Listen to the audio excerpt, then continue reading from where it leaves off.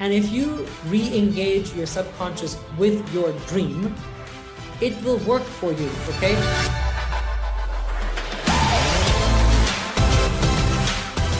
If you guys have goals out there, and everyone, sometimes we think we know our goals. This is an important lesson that it took me a while to learn.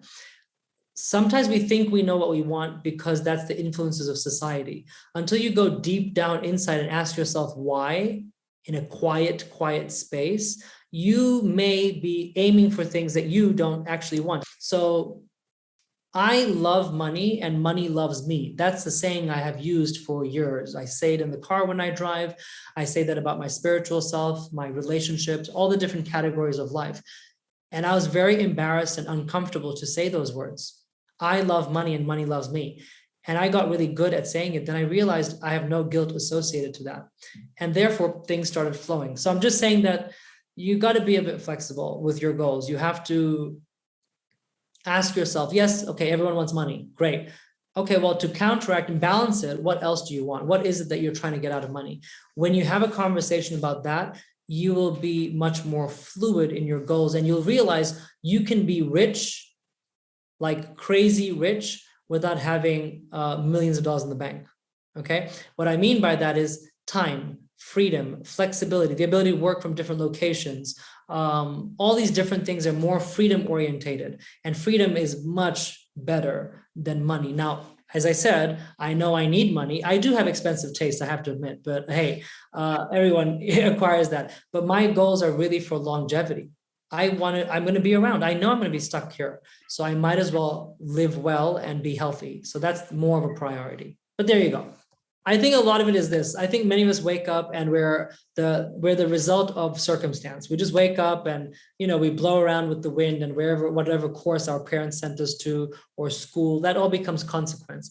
But I still do not know what I want. I'm 43 now, and I'm still like, hey, I'm so open that I say, as long as your main priorities in life are met, it doesn't truly matter if it's one thing you're going to do. So to me, it's like I'm open to many things. How did I find it? I think it was I became more of a decision maker. So once you live life by design, what are your goals? Time freedom. What are your goals? Financial freedom. What are your goals? Six pack. What are your goals? Sleeping with 5 girls a week. What are your goals? Figure this out. Once you figure all this out, you will then, number one, know if it's superficial or if it's true. Okay, because many of us have superficial goals, which is okay, because that's how I started. Even now I do. I have silly, you may call them superficial, but they're important to me. My goal is to take 6 vacations a year. Well, I started with 1 vacation a year. You have to, have different focuses. So what I was going to say with that is, am I doing exactly what I want? No, I'm doing what feeds my soul at the moment. But if a friend comes along and has a great idea and is passionate, I think I'm multi-passionate. I think many of us humans, as humans go, are multi-passionate. We somehow subdue the passion and focus on one thing because that's paying the bills. Even if the boss is repressing you, even if you hate your work colleagues, you do that. But if you just wake up your passions and say, well, I'm human. It's not even human to only have one passion. Our brains are so huge and not used that if you truly started tapping into different parts of it, you'd be so interested in so many things. Your end goal has to be a vision of the lifestyle you deserve, you dream of, and all your dreams are deserving. Just remember that. As long as they are coming from a foundation of what you truly want. So if on your vision board or your mental board, whatever you're using, if you have an end goal, if you have to change trajectories a few times, it's okay, because those, as Millie says, those are simply circumstances. And you got to steer that ship along and say, this is my end goal. So depending what's on your mental board or your vision board, you will end up there as long as you stay true to that vision. And don't feel bad for changing it, okay? You know what I'll tell you, for many of us, people that were busy working, when I had a full-time job, I was working 10, 12 hours a day. I used to work on Saturdays, it was nonstop. It's really hard to change one's life, which is humans always want to evolve. It's hard to change one's life if you don't allocate the time. So number one is going to be this. The best tool is your diary. So the number one thing I'm going to say to you is have a weekend away maybe it change, because if you do it in your house, it maybe doesn't work because people are here all the time. You may say, let me just rent out a little Airbnb, a 1 bedroom or a hotel, and literally just go away for the weekend and don't take everything with you. Only take like your notepad or a board or something, and give yourself that weekend to actually dream, to draw out, write out, or cut out exactly what you're visioning. And what that does is, that may be the first time you ever have the conversation with yourself. What do I dream of? When I was young, what did I believe that I could become? And have those real conversations. If that brings tears and that brings, oh my God, pity on yourself, it's okay. Go through the emotions. It's okay. But at the end of the weekend, you'll actually have a piece of paper or a book, or maybe you're really high tech. You have done an online document or something that will actually reflect what your true goals are. Now, once you have that, guess what the beauty is? Every day, a tool that you can do is 5 minutes in the morning and 5 minutes in the evening, but you got to put it in. And I'm really bad. I forget things. Habits are really hard to build because you forget. I put an alarm on my phone, and I don't put a loud one, obnoxiously loud. I put a really nice, like serene piano music one, ding, ding, ding. And I was like, oh yeah, time to sit down, close my eyes, and visualize. And if you re-engage your subconscious with your dream, it will work for you, okay?